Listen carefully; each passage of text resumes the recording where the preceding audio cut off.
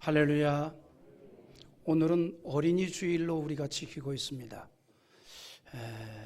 우리 어린이들이 정말 예수 그리스도의 제자로 그리고 전국 백성으로 아름답게 자라날 수 있기를 소망합니다. 여러분의 자녀들이 정말 하나님 보시기에 귀한 인물들이 다 될 수 있기를 주님의 이름으로 축원합니다. 여러분, 사람은요 누구를 물어나고 환경의 영향을 받습니다. 무슨 얘기냐면 사람이 살면서 자기가 경험한 환경 속에서 일정 부분 사상이 형성된다는 거죠. 그래서 맹자의 어머니는 자식을 3번이나 이사를 하면서 맹모 삼천지교라는 말을 남겼습니다. 사람의 사상이 정말 중요합니다. 그런 거 있잖아요. 흔히 아주 흔한 말로 친구들을 잘 사귀어라. 왜 그래요? 친구들을 통해서 사람의 사상이 만들어질 수 있기 때문입니다. 그리고 그 사상이 어떤 사상이냐에 따라서 그 삶이 이루어지는 거예요. 사상은 행동의 동기가 되고 삶의 방향성을 가지고 있기 때문입니다. 그래서 사람이 그릇된 사상, 잘못된 사상에 물들게 되면 큰 범죄를 저지르고도 당연하게 생각을 합니다. 여러분, 그릇된 사상에 사로잡혀서 테러를 일삼는 무리들이 지구촌 곳곳에 얼마나 많이 살상을 하고 있습니까? 예전에 있었던 9.11 테러를 우리가 기억합니다. 그 또한 잘못된 그릇된 사상의 결과입니다. 이슬람 테러 단체에 의해서 민간 항공기가 납치가 되고 납치한 항공기를 동시다발 자살 테러로 사용하여서 미국 뉴욕의 110층짜리 세계 무역센터 쌍둥이 빌딩이 무너졌습니다. 워싱턴의 국방부 청사가 공격을 받는 그런 참사가 일어났습니다. 세계 최대 강대국 미국은 순식간에 아수라장이 됐습니다. 세계 경제의 중심부이자 미국 경제의 상징인 뉴욕이 하루아침에 공포의 도가니로 변하고 말았습니다. 이 사건으로 인해서 항공기에 탑승한 승객 266명 전원이 사망을 했습니다. 세계 무역센터에서 사망 또는 실종자가 2,500명에서 3,000명이 발생했습니다. 정확하지는 않지만 인명피해만도 2,800명에서 3,500명에 달합니다. 미국인들은 이 사건을 일컬어 제2의 진주만 공격으로 부르기도 합니다. 미국의 건국 이래 본토의 중심부가 외부의 공격을 받은 것은 이 일이 처음입니다. 이 사건은 우리도 알고 있듯이 사우디아라비아의 출신의 국제 테러리스트인 오사마 빈 라덴이 그의 추종 조직인 알카에다의 사상에 사로잡힌 자들이 일으킨 범죄 행위입니다. 인간의 그릇된 사상이 대치 중인 군인도 아닌 민간인을 무참하게 죽게 만들었습니다. 여러분, 그래서요 사람이 어떤 사상에 물들어 사느냐라고 하는 게 굉장히 중요합니다. 어떤 사상에 물들어 사느냐. 여러분, 가까운 중국은요 12세가 될 때까지는 공산주의 사상 외에는 어떤 사상이나 종교도 전하지 못하게 합니다. 그 이유가 있습니다. 유아 발달 심리학적인 입장에서 행하는 정책입니다. 만 12세가 될 때 공산주의 사상을 확실하게 심어 놓으면 그 다음부터는 어떤 사상이 들어와도 자리하지 않는다라고 믿기 때문에 12세까지는 공산주의 사상 외에는 그 어떤 사상이나 종교를 가르치지 못하도록 되어 있고 그걸 가르치면 사형에 처합니다. 지금도 그 법이 시행하고 있습니다.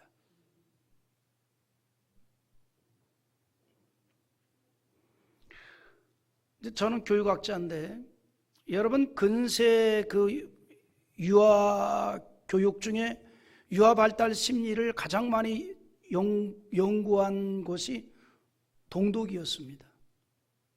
왜 연구한 줄 아세요? 사람이 어떤 사상을 집어넣는데 가장 그 사상을 쉽게 그리고 완벽하게 받아들일 수 있는 연령을 하기 위해서 연구하다 보니까 연령이 낮아질수록 효과가 극대화된다는 거예요. 그래서 동독에서도 과거 동독에서도 어린아이들에게 사회주의 교육을 철저히 가르치는데 온 국력을 다 동원했던 겁니다. 여러분, 인간은요, 자이든 타이든 어떤 환경이나 어떤 교육적인 여건에 따라서 사상이 형성이 되거든요. 그리고 그 사상에 의해서 삶의 방향도 설정이 되고 인생관도 만들어지고 행동의 동기도 되어진다는 거죠. 그런데 그릇된 사상을 가지고 살게 되면 당연히 세상을 어둡게 할 수밖에 없는 거죠. 반대로 선하고 바른 사상을 가지고 살게 되면 일평생 모든 사람들이 존경을 하고 용기를 갖게 하는 선한 일을 하는 사람도 될 수 있는 겁니다. 유명한 사학자 윌리엄 톤슨이 저술한 20세기 이데올로기란 책에서 한 말이 있습니다. 20세기는 인류가 가장 큰 규모의 발전 그리고 가장 끔찍한 테러와 대량 학살을 경험한 시대였다라고 하였습니다. 그러면서 20세기의 거대한 변동을 주도한 힘을 뭐라고 얘기하는 관이 이데올로기에서 찾았습니다. 그는 20세기 세계사를 극단의 시대로 규정하고 그 원인은 당대의 주요 이데올로기에 있다라고 주장을 했습니다. 이런 이데올로기는 20세기에서 끝나지 아니하고 21세기로 넘어왔고 오히려 더 깊은 사상의 대립이 이루어지고 있습니다.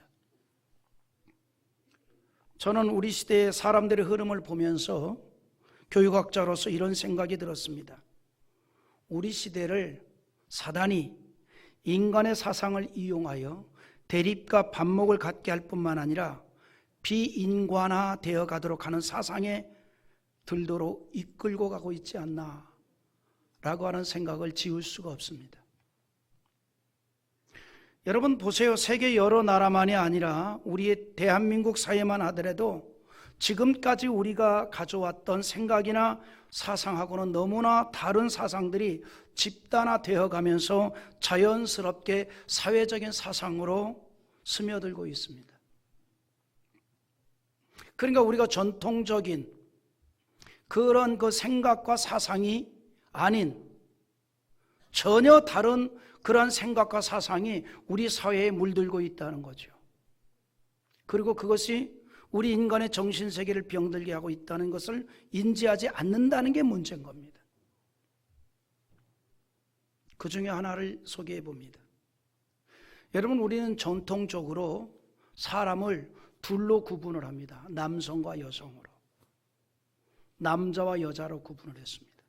이게 일반적인 사상이었습니다. 일반적인 생각이었습니다. 그러나 지금은 바뀌었어요.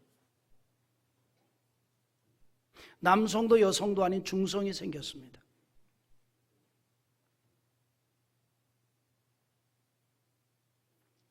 그러니까 여러분 자녀가 태어나면 출생신고 하잖아요. 뭐 요즘은 그렇지 않습니다만 예전에는 그 출생신고를 늦게 해가지고 초등학교 학생들 보면 8살에 들어온 게 아니라 10살, 11살에 들어온 애들도 있어요. 그 왜 그런 거 아니? 출생신고를 해야 되는데 농사일이 바쁘다 보니까 출생신고를 못했던 거예요. 그래 출생신고를 하러 갔더니 한 3년 전에 태어난다. 그러니까 벌금을 물어야 돼. 그러니까 지난달에 태어났습니다. 그리고 올려버려. 그런가 하면은 읍내가는 어떤 사람에게 자기 아이 출생신고를 부탁을 해요. 그래가지고 이제 걔 이름이 영자던가 춘자던가 민자다 그냥 올리면 민자가 돼. 그런데 그런 와중에도 정확한 거 하나는 정확했어요. 남자 여자 이건 정확하게 다양적으로 올렸어요. 그건 섞이지 않았단 말이죠. 그런데 지금은 바뀌어가고 있습니다. 어떻게 바뀌어갔습니까? 남성 여성이 아니라 중성이 있다는 거예요. 그리고 이 성을 왜 부모가 선택하느냐는 거예요. 내가 선택할 권한이 있다는 겁니다. 부모가 남성으로 기재를 했지만 자라놓고 보니까 나는 남성이 아니야 여성이에요. 그래 내가 여성으로 바꿀 수도 있고, 그래 바꿔놓고 보니까는 남성이야. 그럼 그 다음 달에 또 남성으로 바꿔놓을 수도 있다 이 말이죠. 성의 선택법.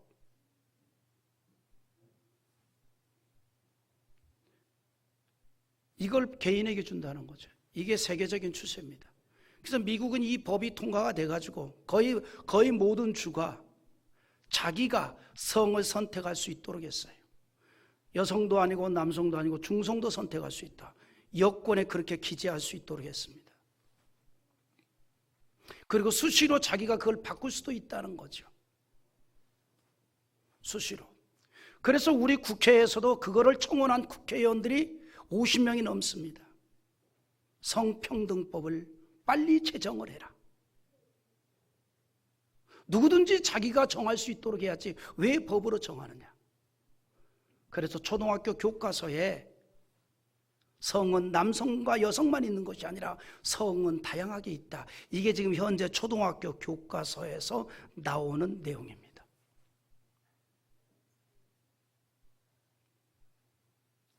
이것이 우리의 일반적인 사상이 되어가고 있다는 거죠. 그릇된 사상들이 물밀듯이 들어오고 있습니다. 그리고 그것이 잘못되었다라고 한다면 성평등법 위반이 되어서 벌금을 물거나 구속을 당합니다. 드디어 미국의 어떤 주는 자기가 키우는 애완동물과 혼인신고를 해서 그것을 받아줄 수 있는 것도 통과가 됐어요.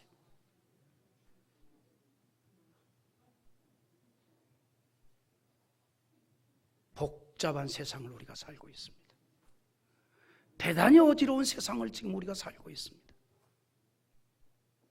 물론 우리가 이렇게 할 수는 있겠지요. 강아지가 너무 이뻐서 엄마 말 잘 들어?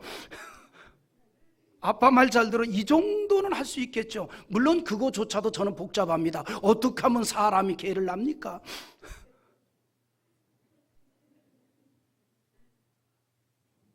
그런데 그거를 법으로 허락을 한다는 거죠. 지금 우리 사회가 마치 바벨론에 의해서 멸망당하기 직전에 이스라엘과 같은 사회가 되어가고 있습니다. 여러분, 눈물의 선지자로 일컬어지고 있는 에레미야가 눈물로 인하여 눈이 상할 정도로 통곡을 하며 눈물을 흘릴 때가 있었습니다.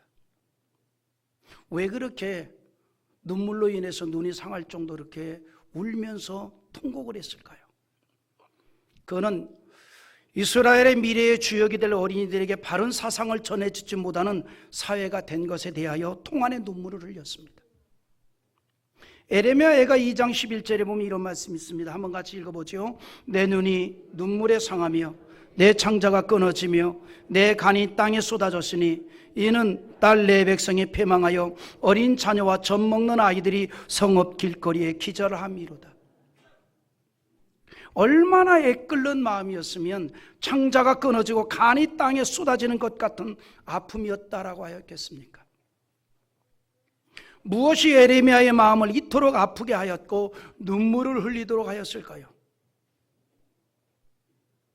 에레미야가 이스라엘 부모들에게 간곡하게 부탁했던 일이 있습니다. 간곡하게 부탁했던 말이 있는 건데, 자녀의 생명을 위하여 주를 향하여 손을 들고 기도를 하라고 했습니다. 에레미야 2장 19절에 있는 말씀이지요. 같이 보겠습니다. 초저녁에 일어나 부르짖을지어다. 내 마음을 주의 얼굴 앞에 물쏟듯 할지어다. 갓길 어귀에서 주려 기전한 내 어린 자녀들의 생명을 위하여 주를 향하여 손을 들지어다 하였도다. 이스라엘 백성들이 기도를 할 때 아주 간절한 기도를 할 때는 두 손을 들고 기도를 합니다. 어린 자녀들을, 내 자녀들을 위해서 내 손을 들라는 것은 그렇게 간절하게 기도를 하라는 거예요. 자녀들의 생명을 위하여 기도를 해야 하는 이유가 바로 에레미야가 눈물을 흘렸던 이유였습니다. 왜 그렇게 기도를 하라는 거예요? 어린아이들에게 올바른 사상이 전해지지 못하고 있기 때문이라는 겁니다. 에레미야가 4장 4절에 보면 이런 말씀이 있어요. 젖먹이가 목말라서 혀가 입천장에 붙으며 어린아이들이 떡을 구하나 떼어줄 사람이 없도다 그랬습니다. 여기에서 말하는 떡은요, 단순히 육신의 배고픔을 해결할 떡만을 말하는 게 아니에요. 어린아이들의 정신적 양식을 먹여줄 교사가 없다는 말입니다. 하나님의 율법과 규례를 통해서 하나님에 대한 신앙의 사람으로 자라게 해야 할 깨어있는 영적 지도자가 없어서 그들에게 바른 영의 양식을 먹이지를 못한다는 사실입니다. 그러니 선민 이스라엘 백성들의 미래가 없어 보였던 거예요. 이스라엘 자녀들이 신앙의 사람으로 성장해야 하는데 그렇지 못한 형편이라는 사실입니다. 하나님께서는 이스라엘 백성들에게 그 자녀들을 철저하게 하나님에 대한 신앙을 가르친 인생이 되도록 가르치라고 하였습니다. 하지만 이스라엘은 하나님의 명령을 따르지 않았어요. 하나님께서는요, 이스라엘 백성들에게 자녀들을 변함없는 신앙 사상을 갖도록 율법을 가르치는 일을 명령으로 말씀했습니다. 여러분, 명령은 초이스가 아닙니다. 반드시 해야 되는 거예요. 해도 되고 안 해도 되고가 아닙니다. 형편 따라서 게을리해서 될 일이 아니라 이 말이죠. 반드시 지키라는 거예요. 오늘 본문 7절에 이렇게 말합니다. 한번 또 읽어보십시다. 내 자녀에게 부지런히 가르치며 집에 앉았을 때이든지 길을 갈 때이든지 누워있을 때이든지 일어날 때이든지 이 말씀을 강론할 것입니다. 한마디로 말하면요, 하나님의 말씀을 가르치되 부지런히 가르치라는 거예요. 기회가 있는 대로 가르치고 기회를 만들어서 가르치라는 겁니다. 이것은 신앙교육에 대한 적극적 행동을 요구하고 있습니다. 그리고 중요한 게 있어요. 그 가르침이 형식이나 이론이 아니라 삶이 되어야 할 것을 전제하고 있습니다. 삶이 되라는 거예요. 그러므로 가르치기 전에 먼저 나의 가슴에 하나님의 말씀을 새기라 이 말입니다. 오늘 우리 모두가 하나님의 말씀을 우리의 마음에 새겨 갈 수 있기를 기대합니다. 6절에 보면 오늘 내가 명하는 이 말씀을 너는 마음에 새기고 그랬어요. 이 마음에 새기라는 것은 마치 십계명을 돌판에 새기듯이 우리의 마음판에 새기라는 겁니다. 절대로 지워지지 않도록 하라는 거예요. 여러분, 사람이 마음에 있는 것이 부지 중에도 나오는 거 아닙니까? 마음에 있는 게 부지 중에도 나오는 거예요. 마음에 있는 게 잠자가도 나온다 이 말이에요. 잠꼬대도 그렇게 합니다. 그래, 마음에 먼저 새기고 입이 열 때마다 여호와 하나님에 대한 신앙을 말하라는 거예요. 여호와 하나님에 대한 신앙을 가르치라는 겁니다. 그런데 우리의 마음은 유동적이에요. 변한다는 사실입니다. 그래서 먼저 우리에게 필요한 게 있습니다. 하나님의 말씀을 마음에 새기기 전에 하나님에 대한 사랑이 필요합니다. 하나님에 대한 사랑이 가득해야 된다는 거죠. 그러므로 오늘 말씀도 그렇게 흘러가고 있어요. 하나님의 말씀을 마음에 새기기 전에 하나님을 사랑하라 그럽니다. 때문에 5절에 너는 마음을 다하고 뜻을 다하고 힘을 다하여 내 하나님 여호와를 사랑하라 그랬어요. 저는 우리 모든 성도들의 가슴에 하나님을 사랑하는 마음이 풍성해질 수 있기를 원합니다. 왜냐하면 하나님에 대한 사랑하는 마음이 가득하게 되면 자연스럽게 하나님의 말씀도 마음에 새겨질 수 있기 때문입니다. 그리고 그 말씀에 순종할 수 있게 됩니다. 그리고 그런 신앙이 마치 물결이 흘러가듯이 자녀들에게 흘러가도록 하라는 거예요. 그 일에 힘쓰라는 겁니다. 오늘 여러분들에게 그런 하나님 사랑하는 마음과 주의 말씀으로 가득하여지는 신앙으로 인하여서 그 신앙이 흐르는 물결처럼 자녀들에게 흘러넘쳐갈 수 있기를 기대합니다. 신명기 31장 13절에 이런 말씀을 합니다. 우리 한번 읽어보겠습니다.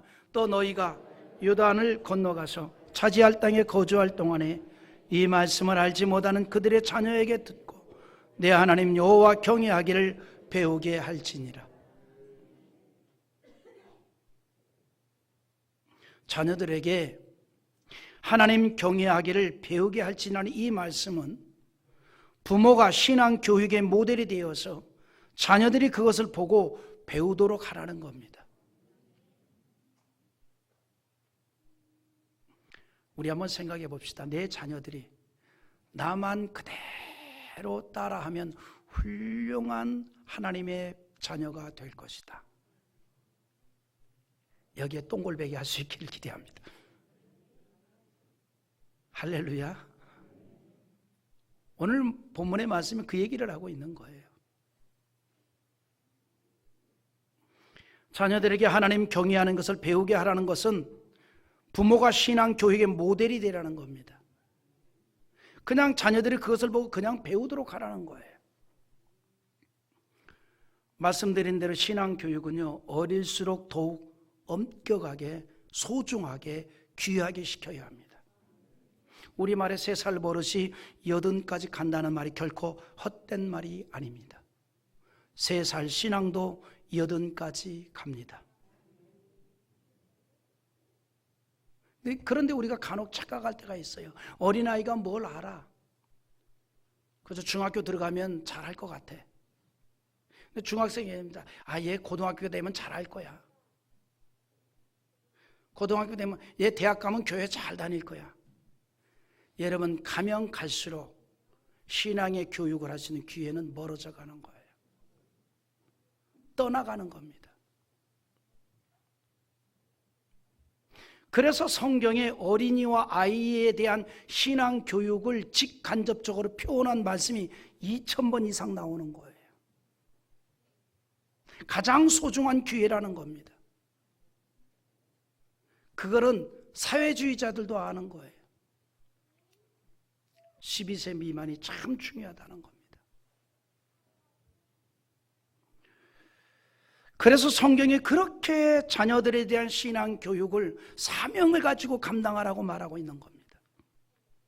자녀들의 신앙 교육에 대한 명령은 구약 성경만이 아니라 신약 성경에도 말하고 있습니다. 그냥 구약 성경에 보면 자녀들에 대한 신앙 교육은 그냥 명령이에요. 명령. 신약에서도 뭐라고 얘기합니까? 에베소서 6장 4절에 또 아비들아 너희의 자녀를 노엽게 하지 말고 오직 주의 교훈과 훈계로 양육하라. 오직 주의 교훈과 훈계로 양육하라는 거예요. 어린아이들의 신앙교육이 중요한 이유에 대해서 잠언 22장 6절에 직접적으로 이렇게 말하는데 한번 읽어보겠습니다. 마땅히 행할 길을 아이에게 가르치라. 그리하면 늙어도 그것을 떠나지 아니하리라. 믿습니까? 그래서 3살 버릇이 80까지 간다는 거예요.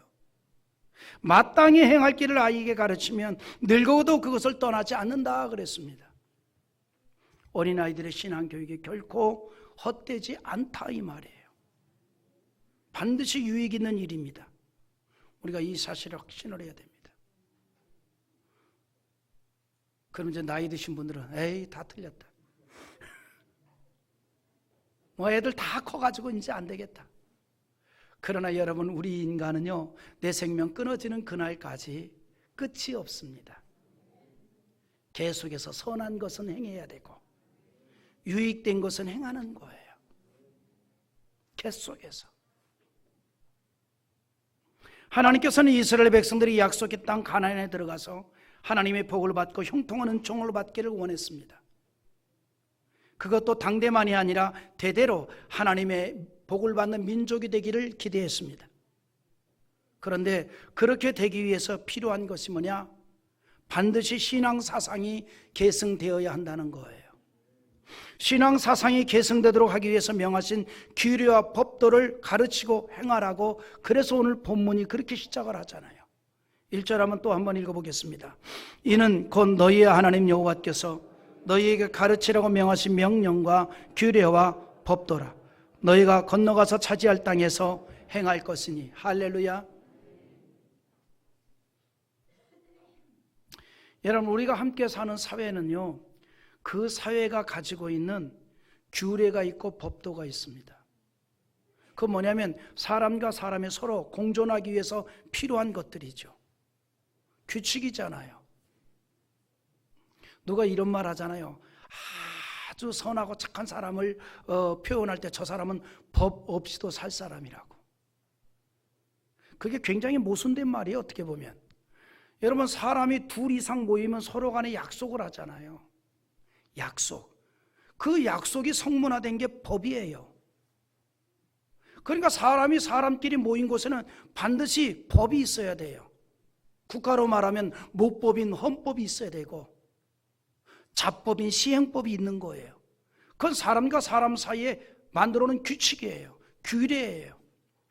그게 잘 지켜짐으로써 아름다운 사회, 질서 있는 사회가 만들어지는데, 그걸 안 지키니까 범법자가 되고 사회를 혼란하게 만드는 거 아닙니까?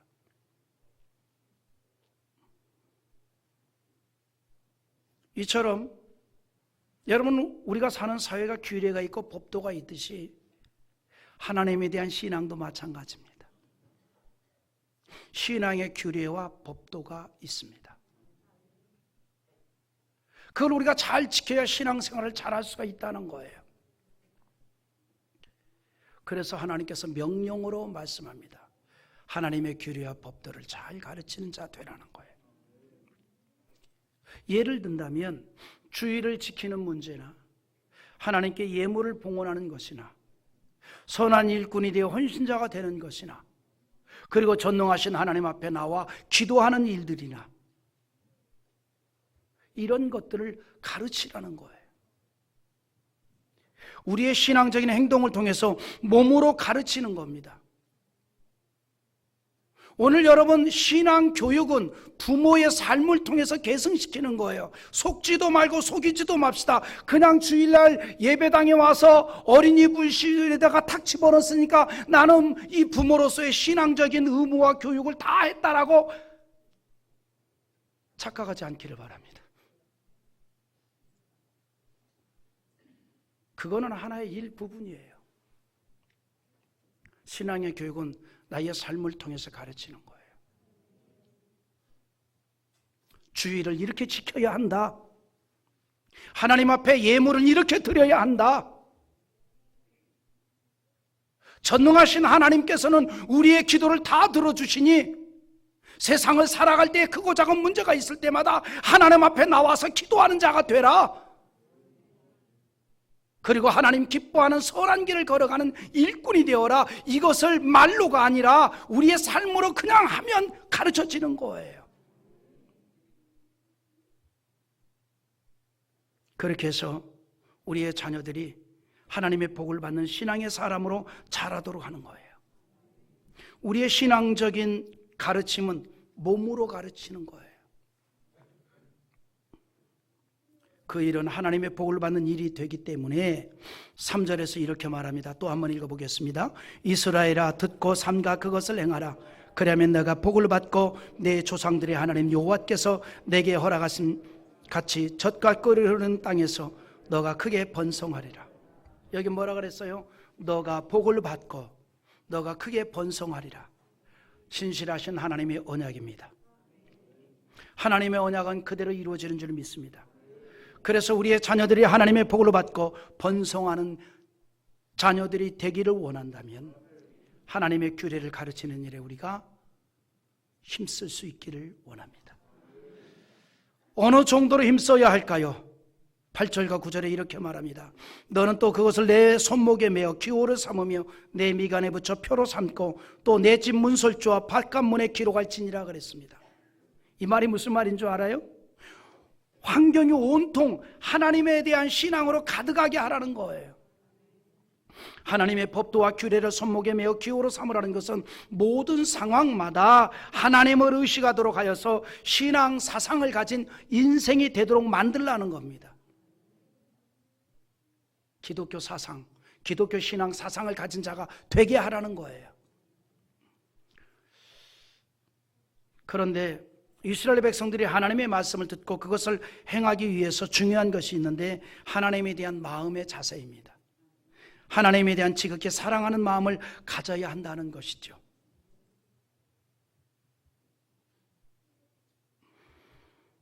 그렇게 하여 유일하신 여호와 하나님에 대한 사상으로 세워지도록 하라는 겁니다. 여러분, 오늘 말씀의 흐름을 보면 이렇습니다. 하나님을 사랑하라라고 하면서 하나님이 어떤 분인가를 말해주고 있습니다. 4절에 보면 이스라엘아 들으라, 우리 하나님 여호와는 오직 유일한 여호와이시니라고 했습니다. 유일한 하나님이라는 것을 말하고 있습니다. 이 한 말씀은 지금까지 고대 시대의 근동지역에서 여러 민족들이 섬겼던 신은 헛된 것임을 선언하고 있는 거예요. 이스라엘 백성들이 애굽에서 많은 신을 보았어요. 애굽 사람들이 섬겼던 많은 신들이 있었고 그 신들을 섬기는 것을 보았으며, 그래서 그들이 본대로 하나님도 그렇게 생각을 하고 섬겼던 일이 광야에서 금송아지를 만들었던 사건입니다. 모세가 시내산에서 40일 동안 머물면서 계명을 받을 때 이스라엘 백성들은 기다리지 못했어요. 자기들이 애굽에서 이끌었던 모세가 죽었다라고 선언을 하고 자기들을 인도하였던 하나님을 섬긴다고 하면서 했던 일들이 애굽에서 보았던 대로 금송아지를 만들고 그 송아지를 중심으로 빙빙 돌면서 춤을 추었고 그것이 하나님을 섬기는 것으로 생각을 했다는 것이죠. 본대로, 경험한 대로. 오늘 우리의 자녀들이 여러분들을 통해서 오로지 하나님만을 의지하는 것을 보기를 기대합니다. 오직 하나님만을 의지하는 것을 발견하기를 원합니다. 그러다 보면 자녀들도 나도 모르게 그렇게 돼가는 거예요. 그렇게 돼가는 거예요. 부모들이요, 자기 닮은 자녀를 좋아합니다. 자기 닮았다 그러면 되게 좋아해요. 자기 닮았다. 특히 장점을 닮았다 그러면 되게 좋아합니다. 그리고 단점은 서로 밀어내기를 해요. 저 생고집은 지 아빠 닮았어. 그러면 아빠는 그러지, 나 안 그랬어. 이건 엄마 거야. 그래. 그런데 다른 어떤 것보다 좋은 신앙 닮아가는 거에 기뻐하기를 바랍니다.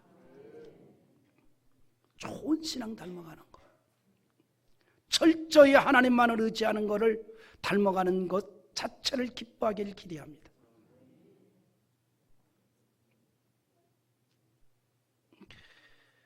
그러면서 오늘 말씀이 우리에게 주는 게 있습니다. 하나님을 사랑으로 섬기되 절대로 하나님을 잊지 말라고 하면서 하신 말씀이 있습니다. 여러분 12절과 13절 한번 읽어보십시다. 너는 조심하여 너를 애굽 땅 종되었던 집에서 인도하여 내신 여호와를 잊지 말고 내 하나님 여호와를 경외하며 그를 섬기며 그의 이름으로 맹세할 것이니라. 이 말이 무슨 말이냐면 이스라엘은 자신들의 힘이나 노력으로 애굽에서 나올 수가 없었잖아요. 오직 하나님의 전적인 능력으로 출애굽할 수 있었습니다. 그 사실을 잊지 말라는 거예요. 이와 마찬가지로 우리가 하나님의 자녀가 될 수 있었던 것도 우리의 어떤 능력이 아니라 오직 예수님의 보혈의 은총이었다는 사실, 그것을 잊지 말라는 거예요. 또한 종되었던 자리에서 인도하신 분이 여호와 하나님이라는 사실을 잊지 말라는 겁니다.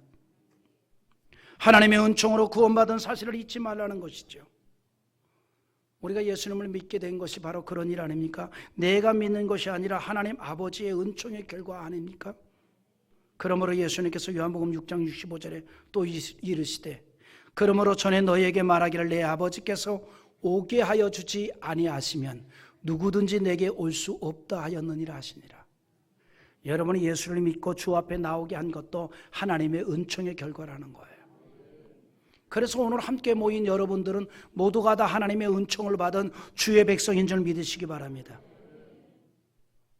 내 의지로 예수를 믿는 게 아니라 하나님의 은총의 결과인데 이걸 잊지 말라는 거예요.